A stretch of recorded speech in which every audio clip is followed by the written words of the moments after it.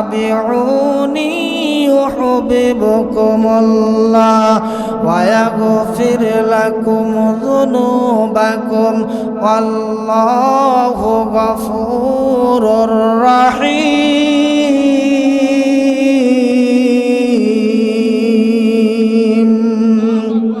হযরত মুসা আলাইহিস সালাম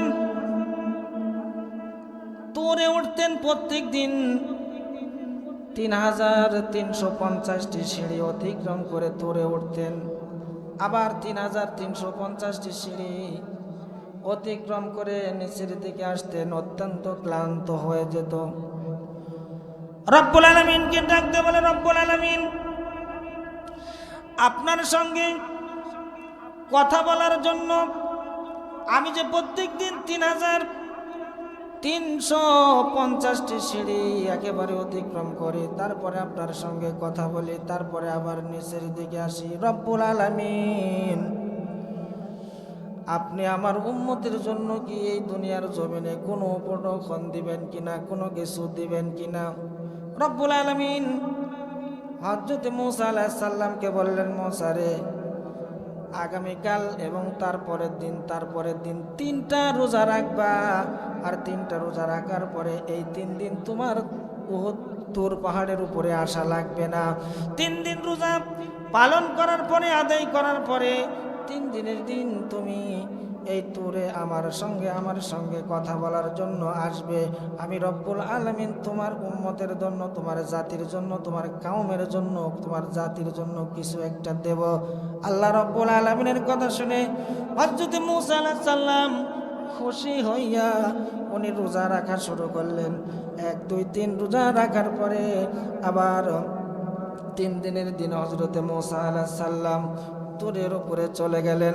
রব্বুল আলামিন একটা কিতাব হযরত মুসা আলাইহিস সালামের হাতের মধ্যে তুলে দিলেন। একবারে জোরে কোন আলহামদুলিল্লাহ। এই কিতাবটার নাম কি ছিল? মুসার তাওরাত। অত্যন্ত খুশি হল, বুকের ভিতরে জড়িয়ে ধরল, চুম্বন খাইল, আবার চোখে মুখে ঠেকায় দিল, কপালে ঠেকায় দিল, বুকে ঠেকায় দিল। ৩৩৫০টি সিঁড়ি অতিক্রম করে আসলেন। আল্লাহ রব্বুল আলামিনের প্রতি খুশি হইলেন, রুকু করলেন, সিজদা করলেন। এইবার হযরত মুসা আলাইহিস সালাম তার কিতাবটা একটু তেলাওয়াতের জন্য ইচ্ছা করলেন। জোরে কোন আলহামদুলিল্লাহ।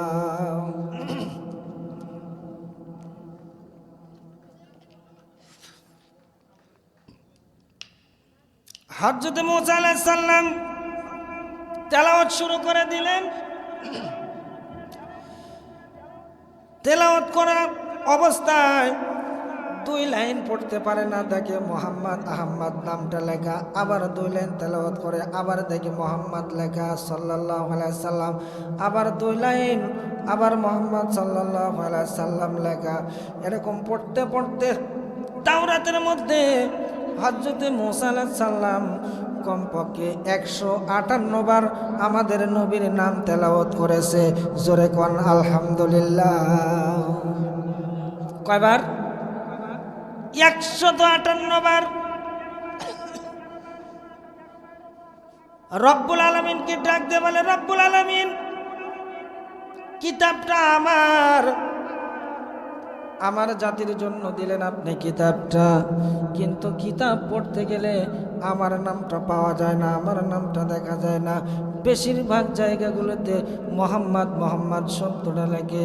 আল্লাহ গো, বেয়াদবি মাফ করবেন, আমি কি একটু জানতে পারি এই মোহাম্মদকে? জোরে কোন আলহামদুলিল্লাহ। রব্বুল আলামিন ডাক দেয়া বলে, মুসা রে, মোটা গলায় কথা বলো না। যে রসুলকে সৃষ্টি না করলে তুমি মুসার সৃষ্টি হইতো না, তথা গোটা পৃথিবীর কোনো কিছু সৃষ্টি হইতো না। এই মুহাম্মাদের সৃষ্টির কারণে, আমার বন্ধুর সৃষ্টির কারণে আমি আশরাফুল মাখলুকাত সুন্দর সুসজ্জিত করে অলংকৃত করে বানাইয়া আমি তোমার জাতি সহ আদম থেকে শুরু করে এ পর্যন্ত গোটা জাতিকে রব্বুল আলামিনের পক্ষ থেকে হাদিয়ে দিয়েছে। এই পৃথিবীর জমিনে লক্ষ লক্ষ কোটি কোটি নিয়ামত এই পৃথিবীর জমিনে পাওয়া যাবে। তার একমাত্র কারণ হলো, একমাত্র উদ্দেশ্য হলো যে রসুলকে না বানাইলে আমি দুনিয়া বানাইতাম না। ওই রসুলের নাম আমি তোমার কিতাবের মধ্যে দিয়েছি। জোরে কোন আলহামদুলিল্লাহ। এই কিতাবটার মধ্যে মুহাম্মদ মুহাম্মদ নামটা ব্যবহার করেছি, অথচ এই মুহাম্মদ কে কি এটা আমরা এখনো পর্যন্ত চিনতে পারলাম না, বুঝতে পারলাম না। যে রসুলকে কিয়ামতের ময়দানে কোনো বান্দা যদি একটা নজর, কোনো উম্মত যদি একটা নজর দেখতে পারে, আল্লাহ রব্বুল আলামিন ওয়াদা করলেন যে এই পৃথিবীর জমিনে স্বপ্নের মাধ্যমেও যদি আমার বন্ধুকে কেউ একটা নজর দেখতে পারে, ওই বান্দার জন্য, ওই বান্দির জন্য জাহান্নামের আগুন হারাম হয়ে যাবে। ওই রসুলের উম্মত আমরা, এবং ওই রসুলেরই মাদ্রাসার আজকে মাহফিল। কি ভাই শুনছেন? কোন একজন ব্যক্তি বলছে মিজান নূর রহমান আজাহারের মাথাটা যে এনে দিতে পারবে তাকে 10 লক্ষ টাকা পুরস্কার দেওয়া হবে। ওর মাথার দাম এত হলো কেন ভাই? ওর মাথার দাম এত কেন? উনি কোরআনকে মানে। কাকে মানে? কোরআনকে মানে, যার কারণে মাথার দাম আল্লাহ বাড়িয়ে দিয়েছে। জোরে কোন আলহামদুলিল্লাহ।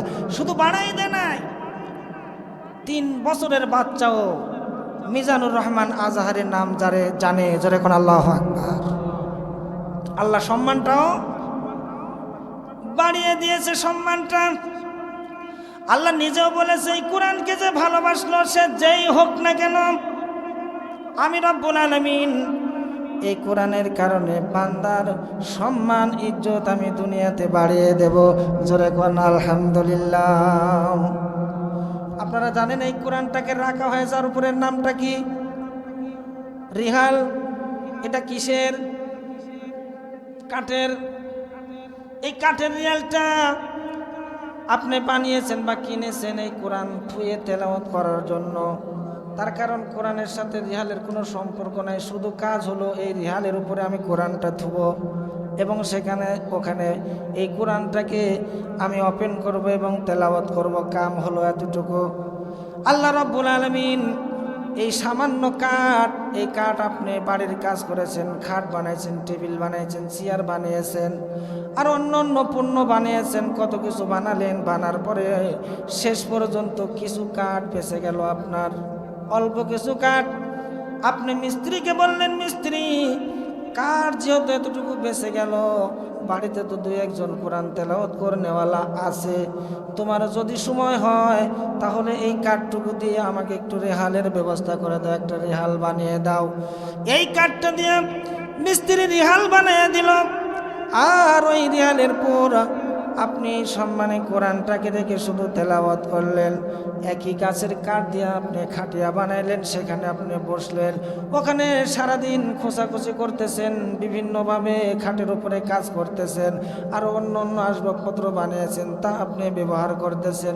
ওই একই গাছের কাঠ দ্বারা আপনি কোরআনটাকে যে রিহাল বানানোর রাখার জন্য রিহাল বানিয়েছেন, এই রিহালের উপরে যদি, রিহালের সঙ্গে যদি কিঞ্চিত পরিমাণ পা লেগে যায়, সঙ্গে সঙ্গে ওই একই গাছের কাঠকে তুলে আপনি বুকে ঠেকাইলেন, চুমা খাইলেন, চোখে ঠেকাইলেন। কারণটা হলো আল্লাহ রব্বুল আলামিনের সঙ্গে, এই আল্লাহ রব্বুল আলামিনের কোরআনের সঙ্গে ওই কাঠের সম্পর্ক থাকার কারণে আল্লাহ রব্বুল আলামিন কাঠের মর্যাদা বাড়িয়ে দিয়েছে। আল্লাহ রব্বুল আলামিন ডাকতে বলেন, হাবিব আপনি জানিয়ে দেন দুনিয়াতে কোনো মানুষের যদি সম্পর্ক কোরআনের সঙ্গে হয়, আমি রব্বুল আলামিন ওই বান্দার পৃথিবীর জমিনে সম্মান মর্যাদা বাড়িয়ে দেব। আর বাড়ানোর কারণ হলো এটা যে তাই কোরআন, আমার কোরআনকে সে পছন্দ করে, আমার কোরআনকে সে মানে, আমার কোরআনকে সে তেলাওয়াত করে, আমার কোরআনকে সে এই দুনিয়ার জমিনে প্রতিষ্ঠিত করার জন্য চেষ্টা করে, আমার কোরআনকে সে প্রত্যেকটা ভাষা প্রত্যেকটা কথা মেনে চলার জন্য চেষ্টা করে। যার কারণে আমি রব্বুল আলামিন আমার পক্ষ থেকে আমি আমার বান্দার সমস্ত দুনিয়াতে যতদিন বিচরণ করবে সব সময় আমার বান্দার জন্য ইজ্জত মর্যাদা সম্মান বাড়াইয়া দেই। সুবহানাল্লাহ। তাহলে এই কোরআনের সঙ্গে সম্পর্ক রাখা দরকার আছে না নাই? হ্যাঁ, সকলেরই না দুই একজনের? আল্লাহ রাব্বুল আলামিন কাঠের মর্যাদা বাড়িয়ে দিল। আপনি এটাকে ধুলাবালি থেকে হেফাজত করার জন্য, আপনি শার্ট বানানোর জন্য বা বিবির কাপড় চোপড় তৈরি করার জন্য যে কাপড় আপনি কিনলেন সেখান থেকে কিছু কাপড় বেঁচে গেল, দর্জিকে বললেন ভাই কোরআন তেলাওয়াত করার কিছু মানুষ আমার বাড়িতে আছে, আবার কোরআন তেলাওয়াত করে কিছু কোরআনও আছে, যত কাপড়টুকু বেঁচে গেল আপনি আমার এই কাপড়টুকু দিয়ে আমার কোরআন শরীফের একটা গিলাফ বানিয়ে দেন। এই কাপড় আপনার বিবি কত রকমভাবে ব্যবহার করলো, কোনো দিন তাকে সম্মান করলো না, কিন্তু ওই কাপড়েরই একটা অংশ দিয়া এই কোরআনের জামা বানিয়ে দিয়েছে। এই জামাটা তেলাওয়াত করা অবস্থায় খুলতে গিয়েও যদি একটু পায়ের সঙ্গে লাগে, পুরাতন হয়ে গেছে, ময়লা পড়ে গেছে, তারপরে এই কাপড়টাকে বারবার বারবার চুমা খাওয়া হয়। কারণ হলো এই কাপড়ের সঙ্গে সম্পর্ক ছিল কোরআনের। জোরে কোন আলহামদুলিল্লাহ। কোরআনের সম্পর্ক থাকার কারণে, কোরআনের সঙ্গে সম্পর্ক থাকার কারণে যদি কাপড়ের দাম বেড়ে যায়, তাহলে আমাদের সাথে যদি এর সাথে সম্পর্ক থাকে, দাম বাড়বে না কমবে? কম না বেশি? শুধু দুনিয়াতে না, কবরেও তুই কালেই দাম বাড়ায় দিবে কে? আল্লাহ। আর এই কোরআনটা যার উপরে নাজিল হয়েছে তাকে সম্মান করার দরকার আছে কি? কিরম সম্মান? দুনিয়াতে সার্বিক কাজে আপনি যে কাজেই যান না কেন, সামনে রাখতে হবে কাকে? হ্যাঁ, সামনে রাখতে হবে রসুলকে। যে কাজেই যান দুনিয়াতে সামনে কাকে রাখবেন? সবাই বলেন কাকে রাখবেন? তার কারণ রসুলের আদর্শ যেখানে আছে, আল্লাহ রব্বুল আলামিনের সন্তুষ্টি সেখানে আছে। জোরে কোন আলহামদুলিল্লাহ। যেখানে রসুলের চরিত্র নেই সেখানে আল্লাহর সঙ্গে বান্দার কোনো সম্পর্ক নাই। এজন্য আল্লাহ রব্বুল আলামিন বলেন, কুল ইন কুনতুম তুহিব্বুনাল্লাহা ফাত্তাবিউনি ইউহিব্বুকুমুল্লাহ ওয়া ইয়াগফির লাকুম যুনুবাকুম ওয়াল্লাহু গফুরুর রাহিম।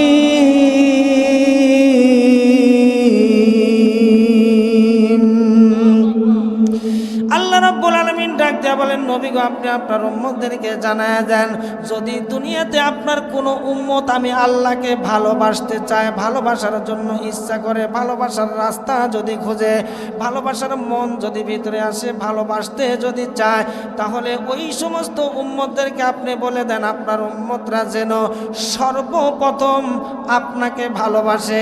জোরে কোন আলহামদুলিল্লাহ। আল্লাহকে ভালোবাসতে হলে আগে কাকে ভালোবাসা লাগবে? কাকে অনুসরণ করা লাগবে? রসুলকে না কাকে? সবাই বলেন কাকে? আল্লাহর ভালোবাসা যদি পাইতে চাই, পাইতে যদি হয়, তাহলে সর্বপ্রথম আমার নবীকে ভালোবাসা লাগবে। এই কথাটা কার?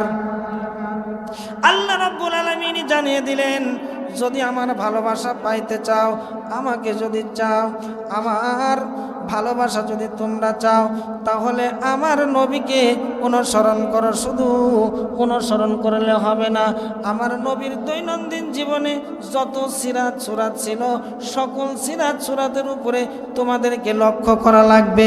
জোরে কোন আলহামদুলিল্লাহ। তাহলে আল্লাহর নবীর দুনিয়াতে যে সিরাতগুলি আমরা দেখতে পেয়েছি, সুরাতগুলি দেখতে পেয়েছি, এর মধ্যে কি কোনো দিন রসুলের কোনোদিন কোনো সূরাতের মধ্যে এই দুনিয়ার জমিনে সুদ ছিল, ঘুষ ছিল, মিথ্যা ছিল, ব্যভিচারী ছিল না। আল্লাহ রাব্বুল আলামিন বললেন, হাবিব গো, আপনার চরিত্র নিয়ে যদি কোনো উম্মত কবরের মধ্যে ঢুকতে পারে তাহলে ওই কবরটা কোনো হিসাবও লাগবে না, বিচারও লাগবে না, কোনো ফেরেশতাকেও বিচার হিসাব করার জন্য পাঠাবো না। আমি নিজে ব্যক্তিগতভাবে দায়িত্ব নেয়া আপনার উম্মতকে আমি কবরের মধ্যে জান্নাতের বিছানা বিছায় দেব। জোরে কোন আলহামদুলিল্লাহ। এই জন্য দুনিয়াতে আমরা যখনই কোনো কাজ করব, ওই কাজের শুরুতেই আমরা প্রথমেই দেখব যে এই কাজটার মধ্যে আমার আল্লাহর নবীর চরিত্র, আমার আল্লাহর নবীর গুণ আছে কিনা। যদি আমার আল্লাহর নবীর গুণ চরিত্র এই কাজের মধ্যে যদি আমরা করতে পারি তাহলে আল্লাহ রাব্বুল আলামিন বলেন, হাবিব গো জানিয়ে দেন, দুনিয়ার ভিতরে আপনার উম্মতরা আপনার কাজ, আপনার চরিত্র নিয়ে যদি দুনিয়ার ভিতরে কাজ করে, ওরা দুনিয়াতে যা করবে আমি রব্বুল আলামিন ওইটাকে ইবাদত বলে গ্রহণ করে নেব। জোরে কোন আলহামদুলিল্লাহ। আপনার চরিত্র যদি আপনার উম্মতের মধ্যে থাকে আর ওই চরিত্র নিয়ে যদি দুনিয়াতে যে কাজই করুক, ওই কাজই আমি রব্বুল আলামিন ইবাদতে গণ্য করে নেব। জোরে কোন আলহামদুলিল্লাহ। এমনকি আপনি যদি টয়লেটেও যান আর টয়লেটে যাওয়ার মধ্যে যদি রসুল যেভাবে টয়লেটে যাইতো ওইভাবে ওই চরিত্রটা যদি থাকে, আপনি পায়খানার মধ্যে বসে থেকেও আপনার ইবাদত হয়ে যাচ্ছে। জোরে কোন আলহামদুলিল্লাহ। এই রসুলের উম্মত আমরা, এই রসুলকে আমাদেরকে এইরকমভাবে ভালোবাসা লাগবে। তারপরেও কেন আমরা ভালোবাসা পাবো কার? আল্লাহর। তাহলে নবীর জীবনে আমরা কখনো কোনো সময় আমরা নবীর জীবনের মধ্যে খারাপ কোনো বিষয় পেয়েছি কি? খারাপ কোনো কাজ কি আমাদের নবীর জীবনে ছিল? তাহলে ওই নবীর উম্মত আমরা, আমাদের মধ্যে খারাপ থাকবে কেন?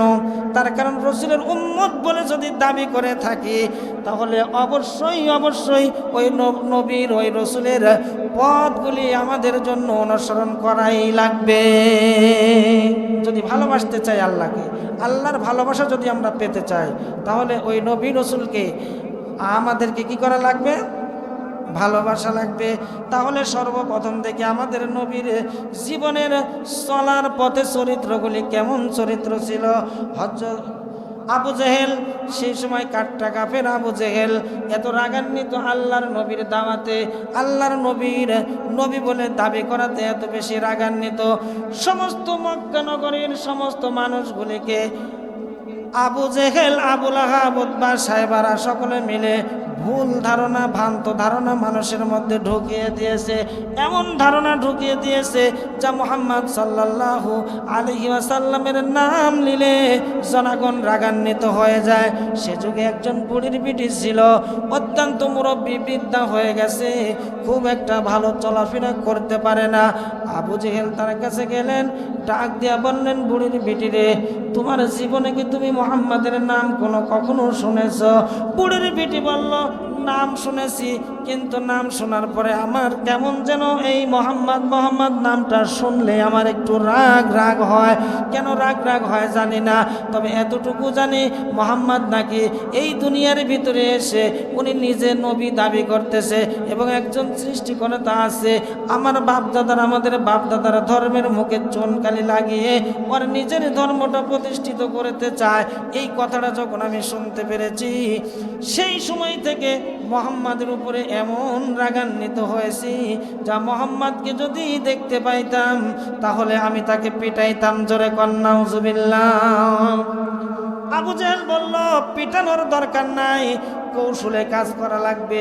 ও বুড়ির বেটি, জানো নে, প্রত্যেক দিন তোমার বাড়ির পাশে দিয়ে আল্লাহর নবী প্রত্যেক দিন তোমার বাড়ির পাশে দিয়ে এই দিক দিয়ে দাওয়াতি কাজে যায়। তোমার যদি খুব বেশি রাগ হয় তাহলে তুমি গাছ থেকে খেজুরের কাঁটাগুলি ছিঁড়ে ছিঁড়ে ভেঙ্গে ভেঙ্গে আল্লাহর নবী যে রাস্তা দিয়ে যায় এই রাস্তা দিয়ে যাওয়ার পথে তুমি ওই কাঁটাগুলি পায়ের নিচে পাছাটা নিচের দিকে দিয়ে মাথাটা উপরের দিক দিয়ে পুঁতে রাখবে। আর ওই রাস্তা দিয়ে যখন মুহাম্মদ যাইতে লাগবে সাল্লাল্লাহু আলাইহি সাল্লাম, ওই রাস্তা দিয়ে যাওয়া অবস্থায় পায়ের মধ্যে কাঁটাগুলি ফুটে যাবে, তখন ব্যথা পাবে এবং তোমার রাগ থামবে। জোরে কন্যা নাউজুবিল্লাহ। আমি বুঝাইতে চেয়েছি রাসূলের চরিত্রটা কেমন ছিল আর আমাদের চরিত্রটা কেমন। আল্লাহর নবী রাস্তা দিয়ে যাইতেছেন, বুড়ির বিটি চিন্তা করলো কথাটা তো খারাপ না, যেহেতু মোহাম্মদকে মারার জন্য লাঠি ধরার মতো বলও আমার নাই, আমার একটা সন্তানও নাই যে তার সঙ্গে আমি লাগাইয়া দিব। তবে আবু জেহেল যে কথাটা বলেছে বুদ্ধিটা খারাপ না, এই বুদ্ধিটা কাজে লাগাইলে কমপক্ষে আমাদের ধর্মের শত্রুকে একটু হলেও আঘাত করতে পারবো। তার মনের চিন্তা চেতনা নিয়া উনি অত্যন্ত কষ্টে খেজুরের গাছের কিনারা যায় কিছু খেজুরের কাঁটা সংগ্রহ করে, খেজুরের কাঁটাগুলি সংগ্রহ করে এই কাঁটাগুলি আল্লাহর নবী যে রাস্তা দিয়া যাইতেন এই রাস্তা দিয়া কিনার দিয়া রাস্তা দিয়া এই বুড়ির বেটি কাঁটাগুলি পুঁতে পুঁতে দিয়ে দিলেন। পুঁতে পুঁতে দেওয়ার পরে সান্ত্বনা পাইলেন, সান্ত্বনা করলেন আমি তো একটু আমার বাপদাদার ধর্মের মুখে যে চুনকালি লাগাইতে চায় এরকম একজন মানুষকে আমি একটু কষ্ট দিতে পারবো, এই জন্য আমি একটু সান্ত্বনা পাইলাম। আল্লাহর নবী দাওয়াতি কাজ শেষ করে ওই রাস্তা দিয়ে যাইতেছিল, আর যখন কাঁটা বরাবর আল্লাহর নবী যখন চলে গেলেন হযরতে জিবরাইল আসিয়া বললেন ইয়া রাসূলুল্লাহ হাবিবাল্লাহ, আপনি যে মাপের ধাপটা দিতেছেন এই মাপের ধাপটা যদি আপনি এখন দেন তাহলে আপনার পায়ে কাঁটা বেঁধে যাবে, ক্ষতি হবে আপনার। সুতরাং আপনি একটু ধাপটা লম্বা করে দেন যাতে করে এই কাঁটা আপনার পায়ের মধ্যে না ঢুকে যায়। আল্লাহর নবী লম্বা করে ধাপ দিয়ে যখন কাঁটাটা পার হয়ে গেলেন ডাক দিয়া বললেন জিবরাইল, এই রাস্তার মধ্যে তো আমি যাওয়ার সময় কোনো কাঁটা দেখতে পাইনি, কিছু দেখতে পাই নাই, এই কাঁটাটা কোথা থেকে আসলো? হযরত জিবরাইল বললেন ইয়া রাসূলুল্লাহ ইয়া হাবিবাল্লাহ, আপনি যখন কালেমার দাওয়াত দিতে যান কালেমার দাওয়াত এটা শুনে শুনে কিছু মানুষ এই মক্কার জমিনে এটা গ্রহণ করে, কিছু মানুষ গ্রহণ করে না, কেউ মেনে নেয় কেউ মেনে নেয় না। সুতরাং এই পাশের বাড়িরই একজন মুরব্বির বিটি আপনার ধর্মের কথাই সে শুনতে পারে না, যার কারণে আপনাকে আঘাত করার জন্য কষ্ট দেওয়ার জন্য এই রাস্তার মধ্যে কাঁটা মাথা উপরের দিক দিয়ে আর গোড়া নিচের দিক দিয়ে পুঁতে রেখেছে, যাতে করে আপনি রাস্তা দিয়ে যাও অবস্থায় আপনার পায়ের মধ্যে দিয়ে কাঁটা ফুটে আর আপনি কষ্ট পান, আর আপনি কষ্ট পেলেই এই মুরব্বির বিটি শান্তি পায়। জোরে কন্যা নাউজুবিল্লাহ। আমি আপনি হইলে কইতাম যে কি রে বুড়ির বিটি তোর গায়ে নাই বল, তুই কাঁটা বিন্দিস কাঁটা ফুটাস রাস্তার মধ্যে, দেখাচ্ছি মজা করতেছি সাইজ, করতাম না। আল্লাহ নবীর চরিত্র দেখলেন, রাতের অন্ধকারে মাগরিবের পরে কাঁটাগুলি আস্তে আস্তে খুঁজে খুঁজে আল্লাহ নবীর সকল কাঁটাগুলি পরিষ্কার করে রাস্তার সাইডে ফেলে দিলেন, যাতে করে আর কোনো ভাইয়ের পায়ের মধ্যে কাঁটা না বেঁধে। বুড়ির বিটি রাত্রির বেলা খুব আনন্দে আছে, খুব মজাতে আছে, সকালবেলা হলেই দেখতে পাবো আল্লাহর নবীর পায়ের মধ্যে কাঁটা, কিন্তু দেখা গেল না আল্লাহর নবীর পায়ের মধ্যে কাঁটা নাই। প্রতিদিন যায় আর বুড়ির বিটি প্রত্যেক দিন কাঁটাগুলি ওই রাস্তার মধ্যে বেঁধে রাখে। একদিন হযরত আজরাইল সতর্ক করে দিয়েছেন এবং বলেছেন ইয়া রাসূলুল্লাহ, আপনি যখন এই বুড়ির বিটির বাড়ির এরিয়াটা যখন আপনি পার হতে লাগবেন অবশ্যই আপনি লক্ষ্য করে দেখবেন এই বুড়ির বিটি প্রত্যেক দিন হয়তো বা কাঁটাগুলি আপনার পায়ের নিচে দিয়ে দিবে আপনাকে কষ্ট করার জন্য। আল্লাহর নবী প্রত্যেক দিন যাওয়া এবং আসার সময় লক্ষ্য করেন, যাওয়ার সময় কাঁটাগুলি পাওয়া যায় না কিন্তু আসার সময় পাওয়া যায়। আল্লাহর নবী সেগুলি উঠায়া আবার একটা গোপন জায়গায় রেখে দেয়, যে জায়গায় মানুষ চলাফেরা করে না। হঠাৎ করে চলতে চলতে একদিন দেখলেন হঠাৎ করে বুড়ির বিটি আর রাস্তার ভিতরে কাঁটা দেয় নাই। চিন্তা করলেন, হুজুর সাল্লাল্লাহু আলাইহি সাল্লাম চিন্তা করলেন কারণটা কি রে? প্রত্যেক দিন এই বুড়ির বিটি রাস্তার মধ্যে কাঁটা দিয়ে রাখে, আজকে কাঁটা নাই হঠাৎ করে, কারণটা কি? প্রতিমধ্যে দেখলেন একজন পথিক রাস্তা দিয়ে রওনা হয়েছে, যাইতেছে, ডাক দিলেন আল্লাহর নবী, পথিক রে, এই পাশেই একটা বুড়ির বিটি বসবাস করে থাকে, তুমি একটু খবর নাও তো বুড়ির বিটির অবস্থাটা কি। পথিক খবর নিল বুড়ির বিটির, গিয়ে দেখলো বুড়ির বিটি অসুস্থতায় কাতরাচ্ছে, অসুস্থতায় চিল্লা পাল্লা করতেছে, কেউ নাই, ছেলে নাই, মেয়ে নাই, আত্মীয় স্বজন নাই, পাড়া প্রতিবেশী নাই, কেউ নাই, একা একা বুড়ির বিটি অসুখের তাড়নায়, অসুস্থতার তাড়নায় বুড়ির বিটি চিল্লা পাল্লা করতেছে। আল্লাহর নবীকে যখন খবর দেওয়া হলো, হুজুর এই বুড়ির বিটি অত্যন্ত অসুস্থ হয়ে পড়েছে, আল্লাহর নবী দেরি করলেন না, চলে গেলেন মক্কার বাজারে। মক্কার বাজারে যাওয়ার পরে আল্লাহর নবী কিছু আঙ্গুর কিনলেন, কিছু বেদানা কিনলেন, আরো কিছু ফল ফলাদি কিনে নিয়ে দেরি করলেন না, আস্তে আস্তে বুড়ির বিটির বাড়িতে চলে গেলেন। জোরে কোন আলহামদুলিল্লাহ। এটা হলো রসুলের সুরাত। আমাদের সুরাতের অবস্থার দিকে তাকান, আমি বুঝাইতেছি যে তার সুরাত যদি মানা যায়, তার সুরাত সিরাত যদি মানা যায়, আল্লাহ রাব্বুল আলামিন ওয়াদাই করেছেন কিয়ামতের ময়দানে আমার রসুলকে মানার কারণে আমি ওই উম্মতের বিচার করব না, হিসাব নেব না, বিনা বিচারে বিনা হিসাবে আমি আমার ওই বান্দাকে জান্নাত দিয়ে দেব। কন্ডিশন হলো আল্লাহর নবীর সিরাত এবং সুরাতকে কি করা লাগবে? দৈনন্দিন জীবনে আমাদের থাকা লাগবে। বুড়ির বেটির শিয়রে বসে গেলেন আল্লাহর নবী, মাথার মধ্যে হাত বোলায়ার ডাক দেয়া বলে, মা রে, প্রতিদিন তুমি কাঁটা দিতে রাস্তার মধ্যে, আজকে কেন তুমি কাঁটাগুলি দিলে না গো মা? তোমার সমস্যাটা কি হয়েছে তোমার? বুড়ির বেটি ডাক দেয়া বলে, বাজান তুমি কে আমি জানি না, কিন্তু রাস্তার ভিতরে কাঁটা না দিলে আমি শান্তি পাই না। জোরে কন্যা নাউজুবিল্লাহ। কাক মারার জন্য কাঁটা দিয়েছে। রসুলকে আর জিজ্ঞাসা করতেছে কে? রসুল কেমন মানুষ আর আমরা কেমন?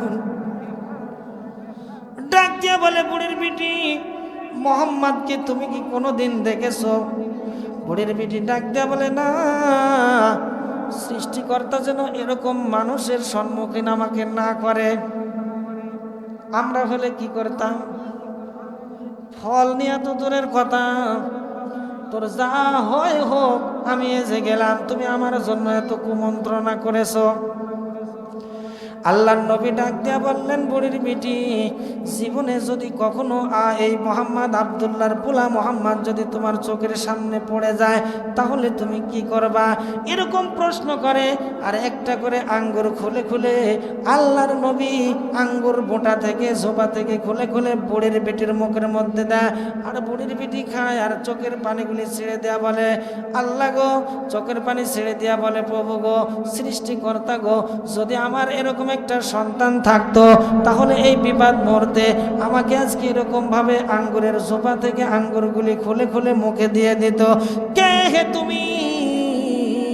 যা আমার ছেলে নাই, মেয়ে নাই, তুমি বাজার থেকে আঙ্গুর কিনে আনলা এবং আঙ্গুরগুলি খুলে খুলে আমার মুখের মধ্যে দিতেছ। কে তুমি হে প্রতীক? আমাকে একটু পরিচয়টা দিয়ে দাও। আল্লাহর নবী ডাক দেয়া বলে, বুড়ির বেটি, তোমাকে কি কাঁটা দেওয়ার জন্য কেউ ওসিয়ত করেছে, অনুমতি দিয়েছে? এবার বুড়ির বেটি বলে, এই আমাকে যে ওসিয়ত দিয়েছে তার নাম হয়েছে আবু জেহেল। আবু জেহেল আমাকে বুদ্ধি দিয়েছে, আর বুদ্ধি দিয়েছে আমি নিয়েছি। কারণ হলো যে মোহাম্মদ এই মানুষটা নাকি এই মক্কা নগরী ইসলাম দিয়ে বিজয় করতে চায়, কোরআনকে প্রতিষ্ঠিত করতে চায়, কালেমার দাওয়াত দিতে চায়। আমি বেঁচে থাকতে এটা মেনে নিতে পারবো না। তার কারণ বাপদাদার ধর্মের মুখে চুন কালি মারিয়া আমি অন্য একটা ধর্ম নিয়ে আমি এই দুনিয়ার জীবনে বসবাস করতে চাই না। আবার আল্লাহর নবী বেদনার দানাগুলি মুখের মধ্যে দিয়া বলে, বুড়ির বিটি, মোহাম্মদ যদি কখনো তোমার সামনে উপনীত হয়, যদি অভিন্ন হয়ে যায়, যায় তাহলে কি খুবই রাগান্বিত হবে তুমি তার উপরে? বলে হ্যাঁ, অবশ্যই রাগান্বিত হব। কেন? সে বাপদাদার ধর্মের মুখে চুনকালি মারতে চায়। এবার আল্লাহ নবী আঙ্গুরের ঝোপা থেকে আঙ্গুর ছিঁড়ে বুড়ির বিটির মুখের মধ্যে দিয়া বলে, বুড়ির বিটি রে, তুমি আমার চোখের দিকে একটা নজর তাকায়া দেখো, আমি হইলাম আব্দুল্লাহর পোলা মুহাম্মদ। আমি তোমার অসুস্থতার কথা জানতে পারলাম কেমনে? হঠাৎ করে দেখলাম আজকে রাস্তার মধ্যে কাঁটা, রাস্তার কিনারে কাঁটা দেখা যায় না রে। যখন তুই কাঁটা পাইলাম না, তুমি যতদিন হলে এই রাস্তার মধ্যে কাঁটা দিয়ে রাখো, আমি প্রতিদিন যাওয়ার সময় কাঁটাগুলি উঠাইয়া ফেলে দেই, আবার তুমি দাও, আবার আমি ফেলে দেই। আমি খবর নিয়েছি আমার উপর রাগান্বিত হয়ে তুমি রাস্তার মধ্যে কাঁটা দিতা। বুড়ির বেটি, আমি রাগান্বিত, ওই রাগান্বিত হই নাই, আমি রাগান্বিত হয়েছি এই জন্য যে তুমি আমাকে না দেখে, তুমি আমার পরিচয় না বুঝে তুমি কেমনে কোন কায়দায় তুমি রাস্তার মধ্যে কাঁটা দিয়ে দিলে, এটা আমি জানতে চাই। বুড়ির বেটি বলে, আসলে কি তুমি আব্দুল্লাহর পোলা মুহাম্মদ? আল্লাহর নবী ডাকতে বলে, বুড়ির বেটি, আমি হইলাম আব্দুল্লাহর পোলা মুহাম্মদ। আমি আল্লাহর পক্ষ থেকে নবী এবং রসুল হয়ে এসেছি, কালেমার দাওয়াত নিয়ে এসেছি। বুড়ির বেটির চোখ বেয়ে পানির ফোঁটাগুলি পড়ে যায় আর ডাক দিয়া বলে, যদি তুমি সত্যিকারের আব্দুল্লাহর পোলা মুহাম্মদ হয়ে থাকো, এ মুহাম্মদ কোনোদিন ভুল রাস্তা দেখাইতে পারে না মানুষকে। জোরে কোন আলহামদুলিল্লাহ। আর দেরি কইরো না, তুমি আমাকে পড়ে দাও লা ইলাহা ইল্লাল্লাহু মুহাম্মাদুর রাসূলুল্লাহ সাল্লাল্লাহু আলাইহি ওয়াসাল্লাম। বাজান আমার, এই জন্যই তো হুজুরের চরিত্র, হুজুরের করণ কার্য, হুজুরের মতো যদি আমাদের চরিত্রগুলি হয়, আল্লাহ এমনিই বলেছে, ওয়াদা করেছে, নবী গো আপনার উম্মতকে আপনি বলে দেন, আপনার উম্মতের মধ্যে যদি আপনার চরিত্র, আপনার সিরাত চুরাত থাকে, ওই উম্মতকে কিয়ামতের ময়দানে একা একা ছেড়ে দিয়ে আমি কিয়ামতের ময়দান ত্যাগ করব না। জোরে কোন আলহামদুলিল্লাহ। তার মানে সত্য হলো আল্লাহর নবীর উম্মত হওয়া। জান্নাতে যাওয়ার জন্য সত্য কি আল্লাহর নবীর? সবাই বলেন আল্লাহর নবীর উম্মত হওয়া। আমাদের মুয়াজ্জিম সাহেব আলহামদুলিল্লাহ কিয়ামতের ময়দানে আল্লাহ রাব্বুল আলামিন মুয়াজ্জিমের মর্যাদা বাড়াবে না কমাবে? সে মুয়াজ্জিম যেরমই হোক, হযরতে বিলাল রাদিয়াল্লাহু তাআলা আনহুর চেহারাটা খুব সুন্দর ছিল। হযরতে বিলাল রাদিয়াল্লাহু তাআলা আনহুর কি চেহারাটা সুন্দর ছিল, এবড়া থেবড়া চেহারা, কুচকুচি কালো, গোরা বা কাউয়ার চাইতেও কালো। জোরে কোন আলহামদুলিল্লাহ। আবার ছোট মোটা, সব কিছু মোটা। হঠাৎ করে একদিন এসে রমজান মাসে আল্লাহর নবী গোশত দিয়ে রুটি খাইতেছেন সেহরির সময়। মুয়াজ্জিম সাহেবের মর্যাদাটা কত, আল্লাহ জান্নাত দেবে তাকে। রুটি খাইতেছে, হযরতে বিলাল দৌড়াইয়া এসে বললেন, ইয়া রাসূলুল্লাহ, ইয়া হাবিবাল্লাহ, সুবে সাদেক হয়ে গেছে, আপনি খানা বাদ দেন। জোরে কোন আলহামদুলিল্লাহ। কিন্তু ওই টাইমে এখনো সুবে সাদেক আসেনি। আল্লাহর নবী শব্দটা পাওয়ার সঙ্গে সঙ্গে খানা ছেড়ে দিলেন এবং বললেন, বিলাল আজান দাও। আল্লাহু আকবার। কিন্তু দেখা গেল এখনো আজানের সময় হয় নাই, বিলাল আজান দিতে আসতেছে। আল্লাহ রাব্বুল আলামিন রাত যদিও ছিল, তারপরে আল্লাহ রাব্বুল আলামিন সুবে সাদেক বানায় দিয়েছে। জোরে কোন আলহামদুলিল্লাহ। এটা কিসের সম্মানে? মুয়াজ্জিমের সম্মানে। সেদিন কেউ দেখলাম সাতক্ষীরার একজন মুয়াজ্জিম সাহেব 500 টাকা বেতন বাড়ায় যাওয়ার কারণে তাকে সভাপতি পিটাচ্ছে। ওর অপরাধটা ছিল মাত্র, স্যার বা হুজুর আমাকে 500 টাকা বেতন বাড়ায় দেন। আল্লাহ রাব্বুল আলামিন ডাক দেয়া বলে, বেতন দুনিয়ার দরকার নাই, কিয়ামতের ময়দানে সর্বোচ্চে সর্ব ঊর্ধ্বে থাকবে মুয়াজ্জিমের মাথা। জোরে কোন আলহামদুলিল্লাহ। দুইটা সময় আল্লাহ রব্বুল আলামিন সময় না হওয়ার পরেও সময় করে দিয়েছে। যা এক নম্বরে আল্লাহ রব্বুল আলামিন বললেন, বিলাল তুমি যদি না বলতে যে সুবহে সাদেক হয়েছে আপনি খানা বাদ দেন, আমার বন্ধু যতক্ষণ খাইতো আমি সকাল করতাম না। জোরে কোন আলহামদুলিল্লাহ। যেহেতু বিলাল তুমি বলেছো হুজুর সকাল হয়ে গেছে খানা বাদ দেন, এই জন্য সকাল না হয়েও আমি রব্বুল আলামিন সকাল বানায়া দিয়েছি। দুই নম্বরে তোমার আজান যতক্ষণ পর্যন্ত এই দুনিয়ার জমিনে প্রতিধ্বনি না হয়েছে ততক্ষণ পর্যন্ত আমি রব্বুল আলামিন এই রাতকে পোহাই নাই, রাতকে শেষ করি নাই। আল্লাহ রব্বুল আলামিন মুয়াজ্জিন সাহেবের এত